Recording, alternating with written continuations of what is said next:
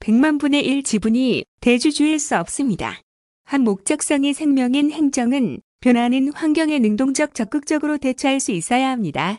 국가 간 장벽이 사라지고 무한 경쟁이 이뤄지는 글로벌 기술혁명 시대에는 급변하는 상황에 더더욱 민감하게 맞춰가야 합니다. 국가 정책을 입안할 때는 국민 정서와 눈높이를 충분히 고려하고 특히 국민에게 의무와 부담을 지우는 것이라면 설득 논리가 완벽해야 합니다. 실질적 대주주에 대한 주식양도 차익 과세는 바람직한 정책이고 이에 대해 이해관계자들도 동의합니다. 다만 대주주 범위를 넓히려고 지분율이나 총액 기준을 완화할 때도 합리적이어야 하며 대주주 아닌 주주에게 과세하려면 합당한 새 논거를 개발하고 설득할 수 있어야 합니다. 그런데 기재부는 대주주 범위를 확대하면서 막연히 총액 기준 3억 원까지 내리다 보니 시가총액 300조 원을 넘는 삼성전자의 경우는 100만 분의 1 지분마저 대주주로 간주하여 그게 무슨 대주주냐는 반발 빌미를 주었습니다. 정책에 대한 수용성을 고려하지 않고 고정관념에 빠져 불친절하게 관성적으로 대상을 확대하다 생긴 일입니다. 재정정책도 마찬가지입니다. 전 세계가 경기 방어를 위해 확장 재정정책과 가계소득 지원을 추진하면서 OECD 평균 국가부채율이 110%를 넘어서고 있는데도 우리 기재부만 유독 성장시대 전통담론인 균형재정론과 국가부채 최저화 신념을 고수합니다. 결과적으로 경제위기 극복 수단인 재정정책에 스스로 족쇄를 채우고 세계 최악인 가계부채 비율을 방치한 채 보수야권의 경제정책 발목 잡기에 동조하는 결과를 낳고 있습니다. 경제나 재정의 원칙도 시대와 상황에 따라 바뀌는데 기재부의 경제와 재정을 보는 관점은 과거 고도 성장기의 사고에 그대로 머물러 영원한 어린이 피터팬을 보는 것 같습니다.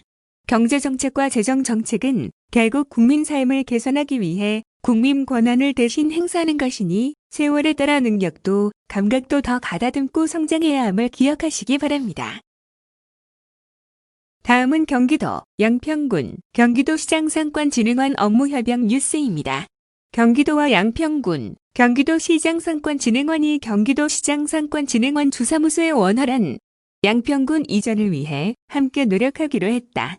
이재명 경기도지사와 정동균 양평군수 이홍우 경기도시장상권진흥원 원장은 12일 오후 경기도청에서 이런 내용을 담은 경기도시장상권진흥원 익칙 추진을 위한 업무협약에 공동 서명했다. 협약식에는 경기도의회 이은주 경제노동위원장, 이영주 도의원, 이종인 도의원, 전승희 도의원 등이 함께했다. 경기도는 지역 간 균형 발전과 북부지역 등의 부족한 행정인프라 구축을 위해 경기 남부에 집중된 공공기관을 분산 배치하기로 하고 최근 시군 공모를 통해 경기도시장상권진흥원의 새로운 보금자리로 양평군을 선정했다. 협약에 따라 경기도와 경기도시장상권진흥원은 진흥원의 양평군 이전을 차질 없이 추진하고 양평군은 진흥원이 사용할 건물에 대해 행정적 지원과 체계적인 전통시장, 소상공인 지원을 위해 상호 협력하기로 했다.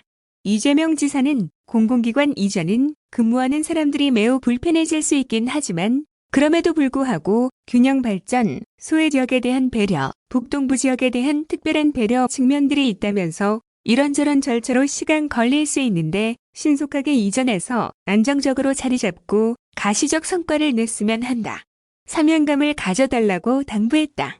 이 지사는 이어 대형 유통 재벌들이 가지는 매출 10조 원하고 500만 영세 자영업자들이 가진 매출 10조는 전혀 다르다면서 지나친 양극화 때문에 전 세계적으로 경기 침체를 겪고 있다. 시장상권 활성화는 우리나라 경제를 살리는 근본적 대책이기도 하다고 강조했다. 정동균 양평군수는 경기도시장상권진흥원의 양평군 이전은 경기도 균형 발전 기조에 적합한 최선의 선택이라고 평가하고 진흥원 이전으로 동부권 지역경제 발전 길이 열렸다. 이는 경기도 전체 균형 발전의 초석이 될 것이다라고 말했다. 이홍우 경기도시장상권진흥원장은 가장 먼저 경기도 균형 발전을 위해 경기도시장상권진흥원이 양평으로 이전한다는데 의미가 있다면서 이번 이전으로 양평 경제가 활성화되고 그것이 나비 효과가 돼서 경기도 전체 소상공인의 새로운 희망이 되었으면 한다고 말했다. 골목상권 경제공동체 육성 및 소상공인 전통시장 자생력 강화를 위한 각종 지원 등을 담당하는 경기도시장 상권진흥원은 지난해 9월 설립됐으며 현재 수원 컨벤션센터 5층에 자리 잡고 있다. 경기도는 경기도시장 상권진흥원에 이어 시군 공모를 통해 입지 지역이 결정된 경기교통공사 양주시, 경기도 일자리재단 동두천시, 경기환경에너지진흥원 김포시, 경기도 사회서비스원 여주시도 10월 중으로 업무 협약을 추진할 계획이다. 다음은 코로나19 긴급대책단 정례 브리핑 뉴스입니다. 수도권 유행이 확산되고 고령 확진자가 급증한 8월 달 경기도 코로나19 사망률, 치명률이 1.98%로 1에서 7월 2.05%와 비슷한 수준을 유지한 것으로 나타났다. 임승광 경기도 코로나19 긴급대책단 공동단장은 12일 정례 기자회견에서 이런 내용을 담은 경기도 코로나19 사망자로 분석 결과를 발표했다. 임 단장에 따르면 1월에서 7월 동안 경기도에서 발생한 확진자는 1,559명이며 이 가운데 32명이 사망해 약 2.05%의 치명률을 기록했다. 8월 한 달 동안에는 1,771명이 확진되고 그중 35명이 사망해 치명률이 1.98%였다.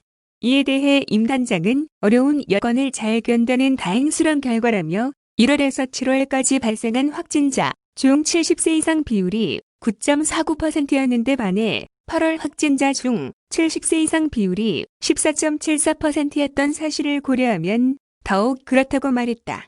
임 단장은 이어 중앙과 지방정부, 민간과 공공의료기관이 협력해 이뤄낸 성과라며 도는 앞으로도 보건소 및 의료기관들과의 유기적인 네트워킹을 유지하면서 최선의 노력을 다하겠다고 덧붙였다. 전체적으로는 지난 1월 26일부터 8월 31일까지 약 7개월간 경기도에서는 총 3,330명의 확진자가 발생했으며 10월 11일 0시 기준 67명이 사망해 단순 치명률은 약 2.01%다. 사망자 평균 연령은 78.7세다. 연령대별로는 30대 1명, 50대 2명, 60대 5명, 70대 26명, 80대 33명이며 최고령 사망자는 98세였다.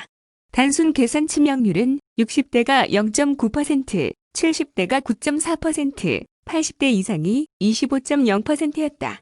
사망자는 대체로 지역사회 집단 감염과 의료기관 집단 감염으로 나눌 수 있었으며 고령 및 기저질환과도 관련이 많았다. 지역사회에서는 교회 유행 관련이 20건으로 가장 많았고 방문 판매 사건 관련된 사망도 4건이었다. 급성기 종합병원에서 발생한 유행 관련 사망은 11건이었다. 요양병원 및 요양시설 관련 사망은 해당 기간 14건 발생했다. 한편 정부가 13일부터 대중교통, 의료기관, 집회 등에서 마스크 착용을 의무화하고 한 달간의 계도기간을 두기로 한 가운데 경기도 역시 마스크 착용 의무화에 따른 계도기간을 다음 달 12일까지 한 달 연장하기로 했다. 이에 따라 마스크 미착용자에 대한 과태료는 다음 달 13일부터 부과된다. 앞서 도는 지난 8월 18일 도내 전 지역 거주자와 방문자를 대상으로 실내와 다중이 집합한 실외에서 마스크 착용 의무화 행정명령을 발동하면서 계도기간을 거쳐 이달 13일부터 과태료를 부과한다고 발표한 바 있다. 12일 0시 기준 경기도 확진자 수는 전일 0시 대비 29명 증가한 총 4,675명으로 도내 11개 시군에서 확진자가 발생했다.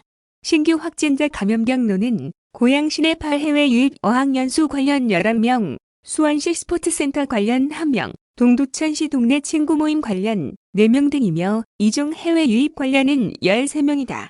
신규 확진자 중 감염 경로를 알 수 없는 확진 환자는 13.7%인 4명이고 60세 이상 고령자는 5명으로 17.2%를 차지한다. 고양시 네팔 해외 유입 어학연수 관련 확진 상황을 보면 지난 10일 한국어 과정 연수를 받기 위해 입국한 네팔 국적의 연수생 43명 중 11명이 11일 확진 판정을 받았다. 연수생들은 10일 오전 7시 인천공항에 도착했고 입국 절차 진행 중 발열 증상이 있는 함영만 공항에서 코로나19 검사를 받았다. 이후 증상자는 음성 판정을 받았지만 이후 덕양구 보건소 선별진료소로 이동해 실시한 전수검사에서 11명이 최종 확진 판정을 받았다. 음성 판정을 받은 영수생들은 현재 1인 1실로 구성된 기숙사에 격리 중이며 이들과 접촉한 버스기사 2명, 인솔자 6명, 방배정 도우미 1명 총 9명은 자가격리 조치했다. 동두천시 동네 친구 모임과 관련해 이 모임을 통해 전파됐을 것이라 추정되는 집단 감염 확진자가 12일 0시 기준 4명이 추가돼 11명으로 늘었다. 지난 9일 첫 번째 확진자가 발생한 이후 확진자와 술집 및 당구장 등에서 모임을 가진 친구 4명이 추가 확진 판정을 받았다. 이후 확진자의 가족이 확진 판정을 받고 확진자, 가족과 접촉한 사람들이 추가로 확진 판정을 받으면서 12일 0시 기준 11명이 확진 판정을 받았다. 이에 확진자가 다니는 직장의 직원들을 전수검사하고 밀접 접촉자 3명에 대해서 능동 감시 중이며 확진자들이 방문한 치과, 한의원, 식당 방문자들을 자가격리 및 수동 감시 중이다. 11일 수원시 스포츠센터 관련 확진자가 1명 추가되면서 12일 0시 기준 누적 확진자가 5명으로 늘었다. 이번 추가 확진자는 기존 확진자와 동일 시간대에 수영장, 샤워실, 탈의실을 이용한 사람이었다. 현재 4일과 6일의 탈의실과 라커룸을 이용한 여성 회원 및 수영장에서 자율수영을 했던 남성 회원에 대해 전수검사를 실시했으며 오는 20일까지 해당 시설을 폐쇄 조치했다. 12일 0시 기준 경기도는 총 16개 병원에 675개의 확진자, 치료 병상을 확보하고 있으며 현재 사용 중인 병상은 40%인 270병상이다. 안산의 경기 수도권인 생활치료센터가 8일자로 보건복지부로 이관됐고 안성의 제홍호 생활치료센터가 9일자로 운영이 종료되면서 10일 18시 기준 경기도 생활치료센터는 2개가 운영되고 있다. 제3, 4호 생활치료센터에는 11일 18시 기준 75명이 입소하고 있어 16.2%의 가동률을 보이며 전혀 수용 가능 인원은 392명이다.